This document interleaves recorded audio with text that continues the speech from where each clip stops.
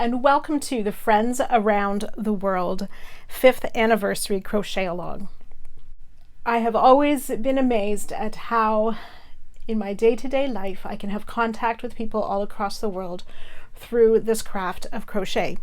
And particularly this year, it seems especially important to have those contacts and to know that we are in this all together this year. So for this introduction, I am just going to remind you of some of the supplies that are needed.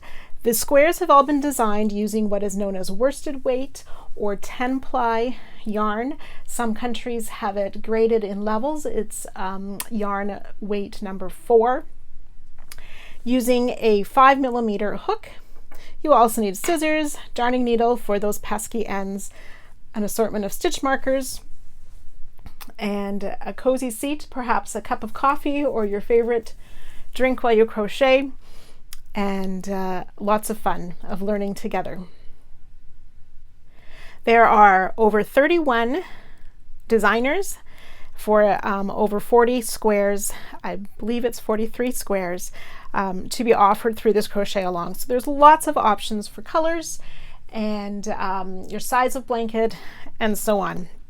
Lots of choice for you. I have some of my colors here. I'm using 2 neutrals, and then I'll be adding in pops of colors throughout my squares as well. You can use as few or as many colors as you desire. You're also welcome to use a different yarn weight, different size hook appropriate for that yarn weight. The size of your square will be different. The designers have all designed the square with these yarn and size of hook to be a 12-inch square. When I use the 5mm hook, I crochet a bit loose. My squares will be a little bit larger, 13-inch. So I know that as I'm planning my project. So you can go ahead and collect all your supplies. I am going to show you just a few tips right now in this video of things that you may encounter along the way. Certainly not all of the stitches or procedures, but just a couple to get you started. And I'm looking forward to journeying through this with you as we make a lovely project together. And thankful for my friends around the world, the designer friends, the crochet friends, and the group from Cal Crochet Along. Blessings to you as we begin this journey.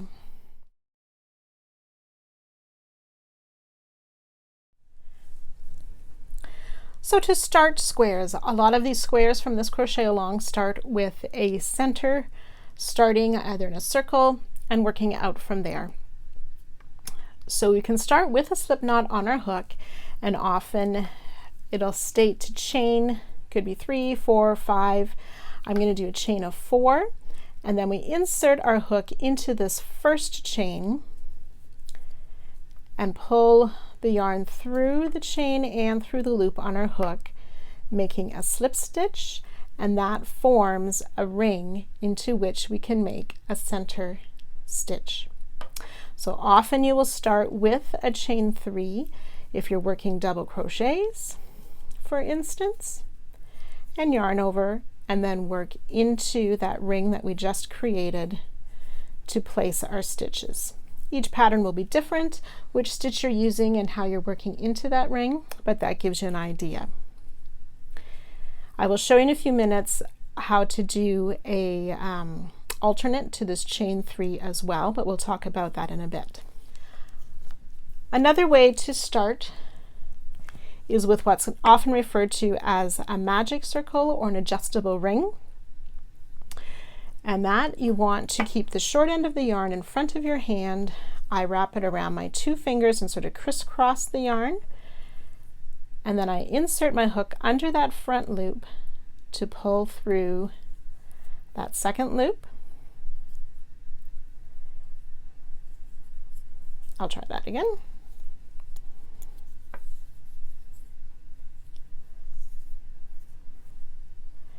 And then I want to pinch that with my one hand to get my working yarn over on that side, and you will chain 1. Depending on the stitches you're making, it might be a chain 3 for a double crochet or so on. Your pattern will confirm that. So if we chain 1 and pretend we're working single crochets into this circle, we would just insert our circle, our hook into the circle, and make the single crochet.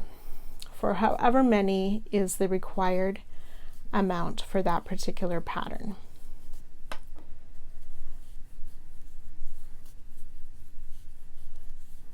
And once you've done the required amount, you can go ahead and tighten the circle. Some patterns will wait a round or two, but most you will tighten right away before you slip stitch to join to that starting stitch. Now you will want to fasten in this end, or as you work around it will loosen up some more, and you want to keep a nice tight circle. Okay, so you can fasten off. Sometimes I will tie a small little knot at the back if I'm not going to fasten my ends right away, or you can fasten your end to do that. An alternate to the magic ring is what's referred to as a double magic ring. This one's done in the same way, only you wrap the yarn twice. Again, overlapping. You want to go under both of those front loops to grab that farthest loop. And you work this part the same way with the chain 1 and the appropriate amount of stitches into that adjustable ring.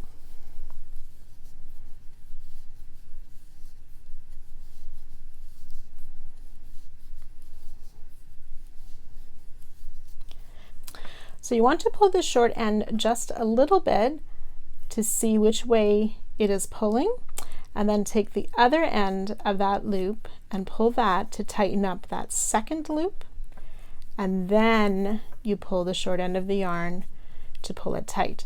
Now what that does, it creates a much tighter circle that does not work its way loose by using the double magic or double adjustable ring. And then you would just continue to join and continue on your way from there. So those are a couple of ways to get started on these squares. You can practice some of those if they're new to you.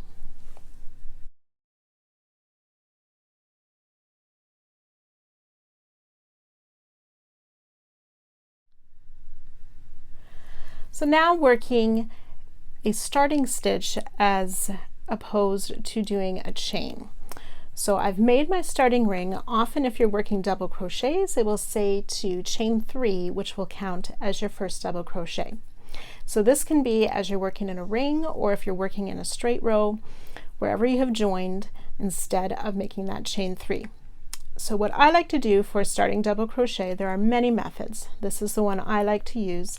I pull my loop a little bit longer, and then I put my hook around that, so that loop that I just pulled longer is now acting as the yarn over, and you will need to hold that with your finger.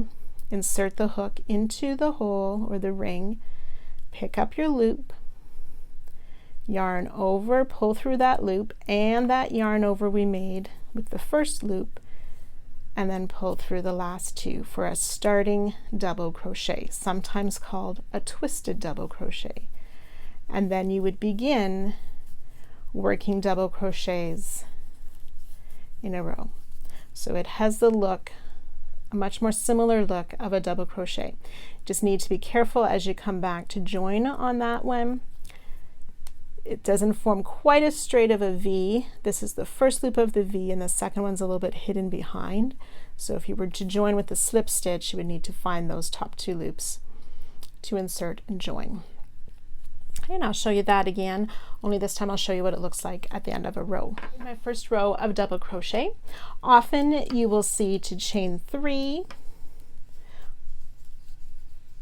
with the turn or the turning chain, which would count as your first double crochet, and then you would start double crochet in the next stitch down the row, and so on. So what you can do alternate to that is work a starting double crochet. So in which case I turn, pull that loop a little bit longer, wrap it around my hook, insert into the top of the last stitch of the previous row, pull up a loop, yarn over, pull through 2, which is that wrapped loop, and pull through 2 for a starting double crochet.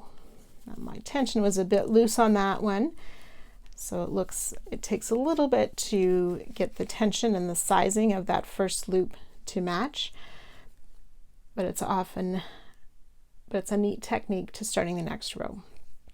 There are many ways of doing that. Like I said, this is the one that you might see me using as we work our way through this.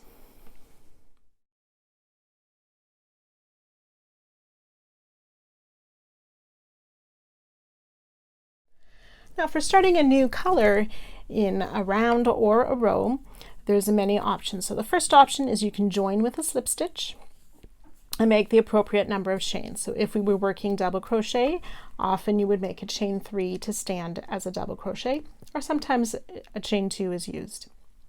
So that's one way of starting with a new color. You will also hear referred to as standing stitches. So there's a few ways to start those. You can start, which I found is the easiest when you're new to standing stitches, is with your regular slip knot. Then if we were making a single crochet, you would just insert your hook in that first stitch, pull the loop through, and then you'd have the 2 loops on your hook, yarn over, pull through both loops for a standing single crochet. So that just avoids the extra bulk of the slip stitch and a chain 1, which you're certainly able to do instead of a standing if you desire. If you were doing a double crochet, you would yarn over first, insert your hook in that first stitch,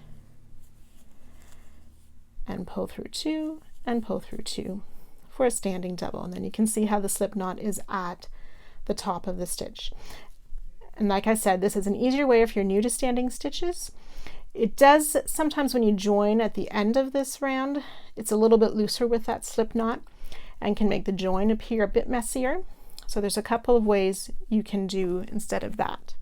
So some people just loop the yarn loose over their hook, and then when you would yarn over as well, insert, pull up the loop, yarn over, pull through 2, and pull through 2, leaving this end loose. And the more stitches you work, that will get snugged in a bit tighter.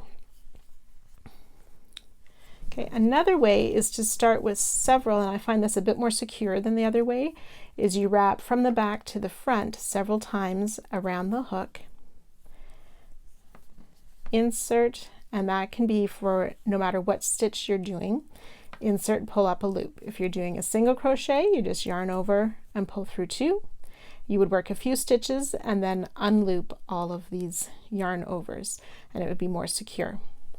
If you're doing a double crochet, you would yarn over and pull through the next 2. And again, if I work a few more stitches, just using that 1 loop.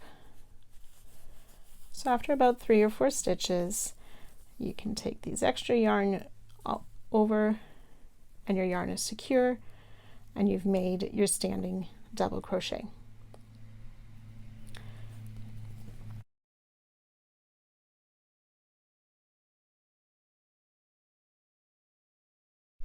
So normally, if we were to work into a stitch, we go through those top 2 loops or the upper V of a stitch. In a post stitch, we're going to go around this bottom part of the stitch, which is referred to as the post. So sometimes we want what's called a front post, sometimes we want a back post. So for a front post stitch, you will enter from the front, go out to the back, put your hook around the back of that post, back out to the front again.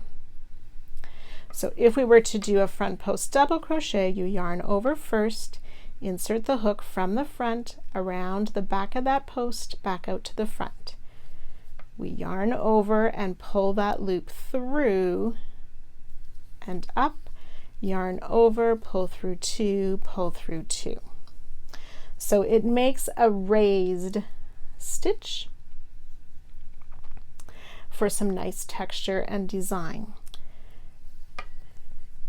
If we did the same thing only as a back post, it creates something different. So you would yarn over again, and this time the hook goes to the wrong side and comes to the front, around the front of that post, out to the back, yarn over, pull that yarn through to the back, and then finish your stitch. Oops. So this one we see two different things. We can see that loop will be visible, which creates a nice change or nice version for showing different colors, but it also folds over those top two loops, making a bit of a ridge. So if we make a few more in a row, it makes a really nice feature.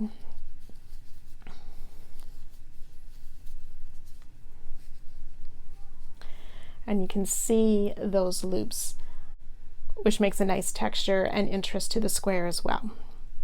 So those are the post stitches. You can make any size of stitch, single crochet, half double, doubles, trebles, etc., as a post stitch, either a front post or a back post. So if you haven't worked those many times before, you may want to make a swatch like I did and practice those. Now sometimes you will come across another version of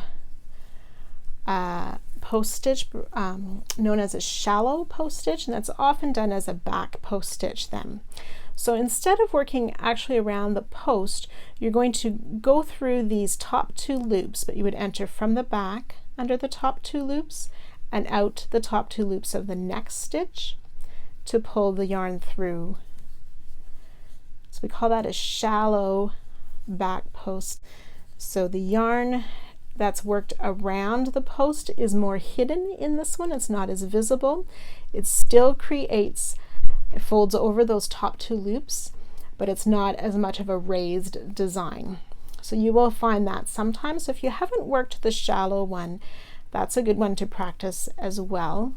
We don't come across it often, but it's a nice little technique to know.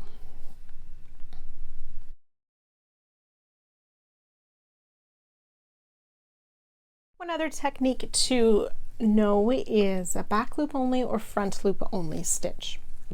So when we work a regular stitch, we work under both of those loops, the top loops of the stitch that form sort of a V. The one closest to you is called the front loop, and the one farther away is the back loop. So if we're making a front loop only stitch, instead of inserting our hook under both of those, we would just put our hook under the one closest to us, the front loop, and pull the yarn through and complete our stitch.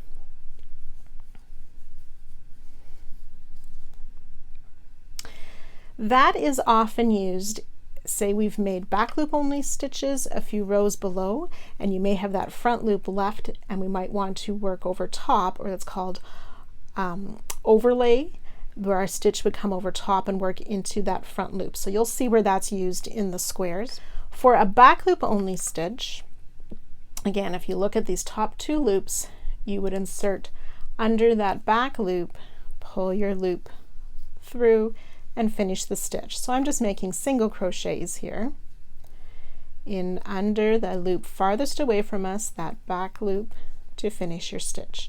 And then you can see how we have those front loops that we didn't use. So they can be left like that just as a nice textural effect, or sometimes, like I said, we might come down and work into that front loop that we didn't use. Now when you are working into single crochet doing the back loop only, you will do it for sure as I just showed you, but you can see how there's often a fair bit of stretch. When you work the back loop only, you get these gaping holes. So in a lot of patterns, what you can do if you're working into a half double crochet or a double crochet or an even taller stitch, when you pick up this back loop, there's another loop on the back, so when I fold it over, there's this other loop back here. So that's often referred to as the third back loop. So you would go under that back loop plus under that loop on the back, the third loop, to pull it up and finish your stitch. And it's a much stronger. As you work a bunch of those in a row, you don't get near the gaping holes. Now there are some cases where you don't want to use that technique, particularly if you're working in a circle or like a mosaic type crochet. It can twist your work on that. But sometimes if you find if you're working on a straight edge, in a square, and you'll find you're getting these, if your yarn is quite stretchy or loose crochet, you'll get more of those larger holes, and that's just a way of making your work a bit stronger by going through that extra loop.